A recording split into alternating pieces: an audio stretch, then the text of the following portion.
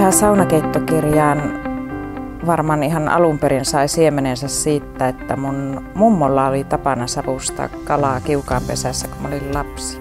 Tätä kirjaa varten me käytiin 19 saunassa, ajettiin 6000 kilometriä ristiin rastiin Suomea. Yksi ikimuistoisimmista matkoista oli matka Lemmenjoelle, Suomen korkeimmalla olevaan saunaan. Kullankaivajien sauna siellä Jäkäläpäällä on tiettävästi Suomen korkeimmalle rakennettu pysyvä sauna yli 400 metriin. Me saavuttiin sinne iltapäivällä ja kiuas oli juuri sopiva panerointia varten. Eli me laitettiin paneroitua juustoa lakkojen kanssa. Äärettömän hyvä kiuas ruoanlaittoa varten. Ihan mahtava kiuas. Sillä pystyi tekemään ihan mitä vaan.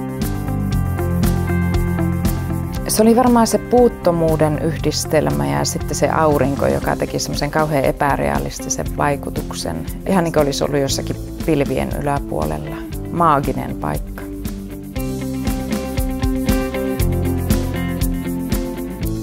Ja sitten kun alkoi keskiyö lähestyä, niin sitten nämä Lemmenjoen kalat pääsivät pataan ja kypsyivät sitten vielä löylyjen jälkeen siinä kiukaalla.